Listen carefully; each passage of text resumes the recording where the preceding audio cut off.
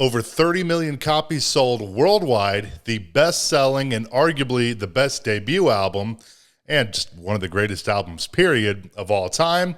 I, of course, am talking about the 1987 Guns N' Roses masterpiece, Appetite for Destruction. Not only is everyone obviously very familiar with this record and its iconic cover with the cross and the five skulls representing each member of the band, but most fans are also aware of the original artwork from Robert Williams that was eventually changed due to severe backlash from a number of retailers that had the robot attacking a woman with her shirt open on the sidewalk and a huge red monster floating above, gearing up to avenge the girl and attack the robot. So today, I thought we'd take a look at the origins of that first cover and discuss how the band even found the artwork, the artist's reaction to the band wanting to use the artwork, and the ensuing backlash upon the record finally releasing.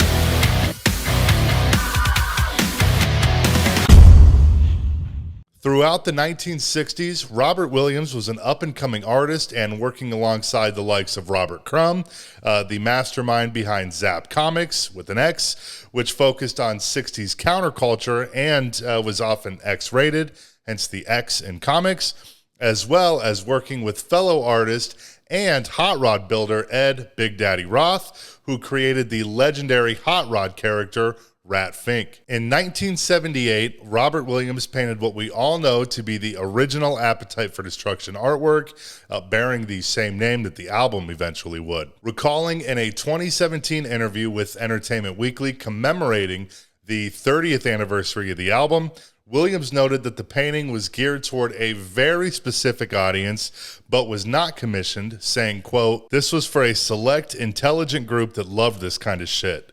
I made it for the advanced art connoisseurs that came out of the underground in the 60s and 70s. The painting first appeared in Williams' 1979 folio book, The Lowbrow Art of Robert Williams. Describing his paintings and Appetite specifically to Revolver, Williams said, quote, "The paintings were highly detailed. I did them with a magnifying glass, and they all had a certain degree of gratuitous sex and violence.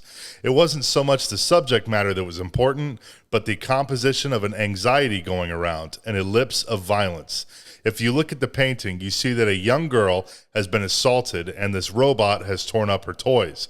And then here comes this vengeful orange thing over the fence to get him. Not the most intellectual thing in the world, but suitable for an underground comic." At the time that Appetite for Destruction was painted, Williams was struggling significantly to get any of his work shown in galleries, mostly, I would assume, due to the graphic nature of his work, though he did manage to sell the original Appetite painting in 1981 for 10 grand.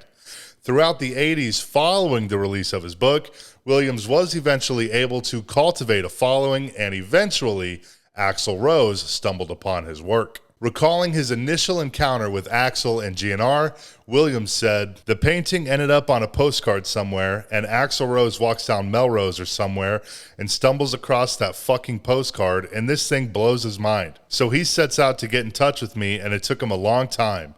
No one had heard of the band before. It had no previous history." About the artwork, he continues, "This was not for the general public. This was never to go in people's homes. There is no sophistication in this fucking picture. It's an overdone cartoon for people who like underground comics and understand underground art. But that's a very small audience. The agent called up and said, we would be very interested in this picture. And I said, well, you know, this is not a good idea. This is too violent. You're going to get in an awful lot of trouble. I said, why don't you come by my house and we'll go through a couple hundred slides and we'll pick you something that might be a little more palatable." Now, this painting was actually not the first cover that the band wanted to use. I say band, but if we're being honest, probably just Axl Rose anyways. The original idea for the cover was the photo of the Challenger explosion from 1986 that was on Time magazine the following month. Axl recalled during his appearance on that metal show that the band wasn't trying to be derogatory, but the photo just blew his mind, and he felt that if Time magazine was able to use the photo, then so should Guns N' Roses. Nothing like comparing your band that doesn't even have a record out to Time magazine and thinking you deserve the same clearances that they do. Sort of sounds like most local bands these days. Nonetheless, though, the band's label, Geffen Records, rejected the idea, deeming it in bad taste. Anyways, eventually, Axl, who was hilariously mistaken by Williams as a girl, and someone else from management, I believe, arrives with Williams recalling, "So a car pulls up in front of my house, and this guy gets out, and this other guy gets out I thought was a girl, but it was actually Axl Rose. After I got to see he was a guy, he was a nice young fella. I always liked him. He's very polite, shy, mild-mannered." Wow. Not quite the Axl Rose that we would all come to know and love. Hey, take that. Take that. Now, get that guy and take that. I'll take it, goddammit. Eventually, Axl persuaded Williams, with him thinking, "If you have the guts to put this on a fucking album cover, man, I'm behind you." Now, according to Danny Sugarman, who wrote the 1991 GNR biography, also called Appetite for Destruction, Geffen Records distributor Warner Bros. Balked at the idea of using the artwork for the cover, compelling Axl Rose to, quote, "point out that the picture in and of itself wasn't indecent, it's what people chose to see." To him, it represented the robot as society, the girl as a metaphor for either the band or individual humanity as a whole. In other words, he picked artwork that represented the progress of Western culture has outstripped man's spiritual and emotional ability to deal with it. Eventually, the album would be released with the painting as the cover on July 21st, 1987, to rather poor reception and a whole lot of controversy and backlash. Both domestic and international retailers refused to sell the album, ultimately leading to a compromise between the band and Geffen Records and changing the album artwork. Quick sidebar though, in that same interview on that metal show that I mentioned earlier, Axl alluded to the fact that this was actually the band's plan all along, using the Robert Williams painting to generate controversy and publicity, and then changing to the cover that everyone knows and loves with the cross and the skulls. Very similar tactic that Motley Crue would use around this same exact time with the Girls, Girls, Girls video, where they sent MTV an extremely graphic and obscene cut so that the actual non-X-rated version would be approved, since it would appear to be far cleaner than what they originally sent. Obviously, both plans worked. Anyways, an art student by the name of Billy White Jr. got to know the band through his cousin, and Axl eventually ended up seeing White's work and asked if he could sketch out a tattoo for him. The result, the legendary cross and skulls. According to White, the cross and skulls that looked like the band was Axl's idea, the rest was me. The knotwork and the cross was a reference to Thin Lizzy, a band Axl and I both loved. The design made it to both Axl's arm and is the new Appetite for Destruction cover, with Robert Williams' painting being moved to the inner sleeve of the record.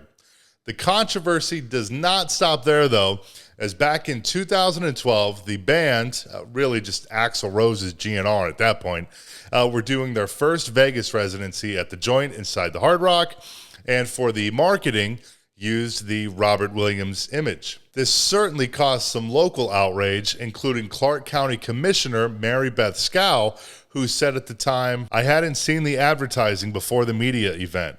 It's clearly inappropriate. Maybe it's the risk of doing business with a rock band, but I guess we'll have some remorse over this decision. It's a lesson learned." A representative for a Las Vegas women's shelter called Safe Nest, Lisa Lynn Chapman, also had this to say at the time: "It's very frustrating to see approval, almost a celebration of rape and violence against women. Our community has enough issues with domestic violence, sexual assault, child abuse, and so many other violent issues that to have this being paraded around town on taxi cabs and in advertising is very offensive." All of the controversy around Appetite for Destruction and the controversy that would follow post-Appetite for all sorts of different things certainly only helped the band, though, as they are far and away one of the best-selling artists of all time, and still doing insane box office numbers even into 2023, headlining stadiums and playing all sorts of festivals with today's top acts. The album was also remastered and re-released in 2018 as Appetite for Destruction Locked and Loaded Edition, which features the entire Appetite album, obviously, a ton of unreleased tracks, and 3 of the 4 songs from the 1988 EP Lies. The song that's missing, One in a Million. That, however, is most certainly a story for a different day. All right, though, I gotta run. My fiance wants to pretend that I am the robot from the original Appetite cover, so I gotta go. But thanks so much for watching. Feel free to subscribe if you want to see more, and I will see you next time.